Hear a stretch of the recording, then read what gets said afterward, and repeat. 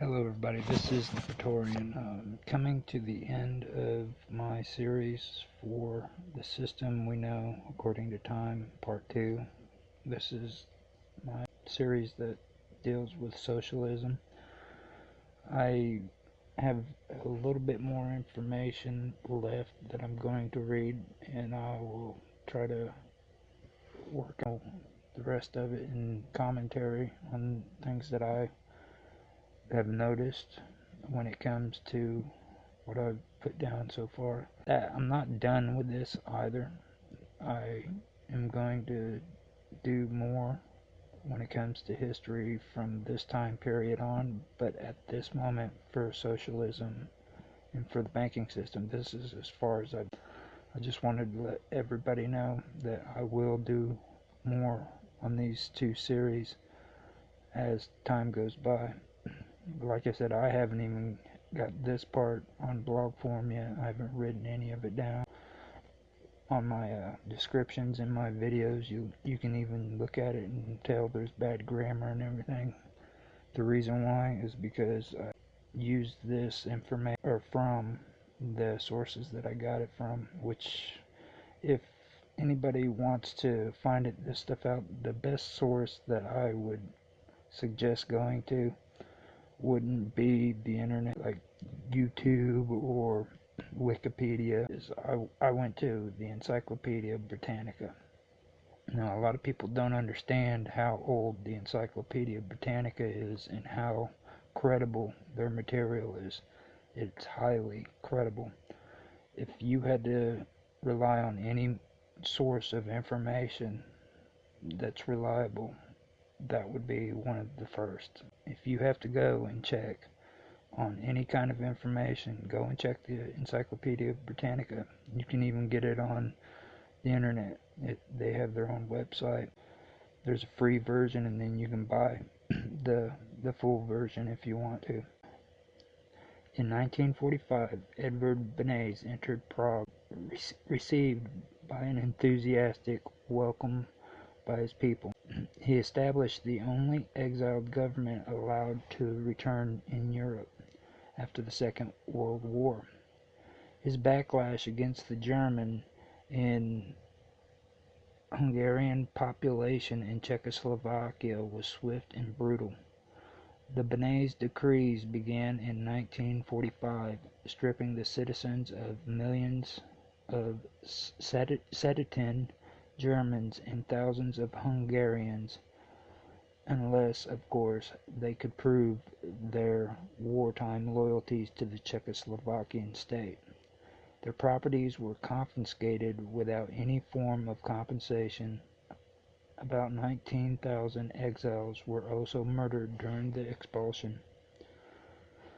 Realizing that Czechoslovakia had to cooperate with the Soviet Union closely, Benes agreed to a communist dominant cabinet in 1948. This was due to his ill health, resulting in 2 strokes the previous year in 1947. Again, Benes submitted to demands put upon him, but he refused to sign the new constitution. He resigned in 1948 after watching his closest friend Jan Masaryk, Tomas Masaryk's son, commit suicide. Edvard Benes finally died a broken man in 1948. His unfinished memoirs from Munich to New War and New Victory appeared in English in 1950. I know a lot of people get this misconception that conservatives aren't socialists. The reason why I brought up people like Ignaz Seipel was because even though he was more of a conservative because he was a part of the Christian Social Party, which is Christian, he was also a socialist because he was a part of the Christian Social Party. Socialism isn't just liberal. Socialism isn't just for atheists and non-believers. Socialist parties were religious too. And when I bring these people up, you have to remember that I'm discussing socialist parties and socialist groups. Every single person that was mentioned in this series were socialist. Not one single person that I've mentioned here were Republican or empirical. Not one single person that I mentioned here believed in constitutional law. Everything that I've spoken about here so far concerns what socialism and socialist groups have done to each other, themselves, their sovereignty, their country, and everything else in general. Especially when it comes to the world around them, other countries, and politics, world politics. So that's the thing that I really want to point out, because I really believe that everybody's getting this misconception that it's just the liberals that are socialist. It's not. Monopolies were created in Austria in 1922 until 1929. His use of the fascist parliamentary Heimwehr against Austria's social democrats led to strengthening of fascism in Austria. After the collapse of the Austrian-Hungarian Empire, Ignaz Seipel was a leader in the Christian Social Party. He was able to prevent the Christian Social Party from splitting up into monarchist and republican elements. See, so he didn't want a republican or an empirical element. He wanted a socialist element. He wasn't concerned with the ways of the old, and he ended up plunging his country in a authoritarian state, which ended up being just a model of what the Italians were during Mussolini's run in Italy, because it's something that's overlooked historically. And I know it might not sound important, but look around and see the things that are going on today in our government and the similarity. Now, this was all starting back then. That was well over 100 years ago. I'm pretty sure that within the last 100 years, these people have gotten better at what they do.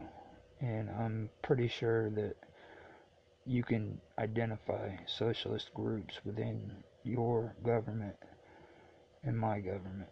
You know, look at alphabet groups like APAC or ALEC or the American Turkish Council, or groups like that are socialist groups, and they're geared up to where they create monopolies.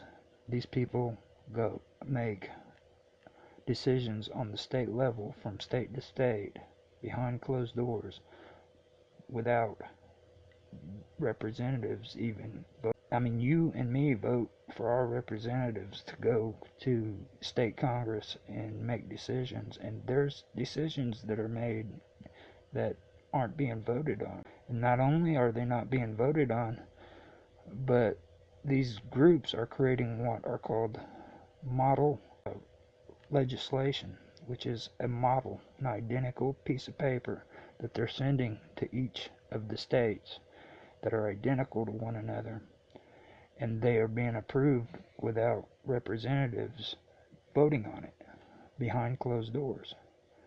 Now, once they get a certain amount of states to agree to that model bill, which, yeah, that's what it's called, it's a model bill. Once they get those states to agree to those model bills, a certain amount, then not only does it become a state law, it automatically becomes a federal law.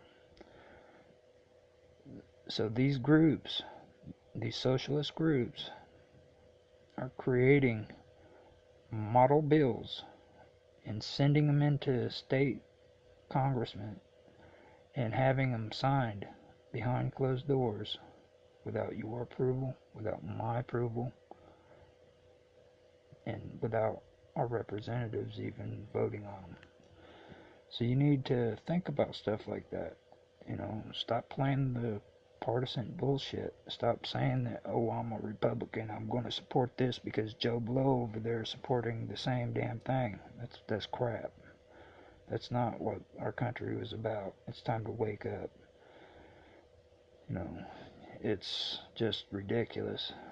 And when we talk about corruption and wanting to drain the swamp, we need to start draining the damn swamp. It's time to get rid of these alphabet soup organizations that are actually socialist, pretending to be for us when they're not. All they're doing are creating monopolies.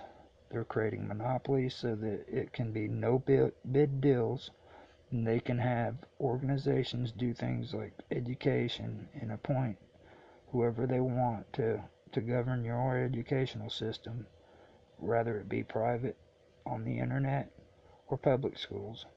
And they want it to be monopolized. They want only specific groups to make profit off of it. And that's how it works. There's no free trade or any of that good stuff that you're hearing about. And it's not just the Republicans doing that either. You need to get that out of your head. It's the Democrats too. See, once the Democrats were called out because liberals pointed out groups like ALEC, they backed away from ALEC and they started creating what's called AstroTurf organizations. AstroTurf organizations were created to pretend like grassroots organizations, and grassroots organizations form within a state, within an area, and that's what they focus on.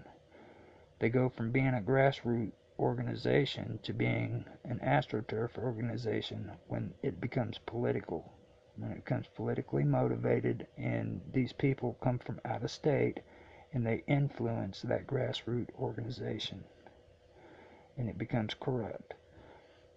And I'll tell you one thing too. You think that Microsoft is all great and Bill Gates is the perfect person. He's one of the biggest people behind it. He's doing this. Alright? It's insane. And these people are corrupt and we need to put a stop to it. So I used my commentary to work out all 15 minutes of my video. I'm going to get off of here. I will have something for you later. Catch my other broadcast. I will keep you updated. Thank you. Bye.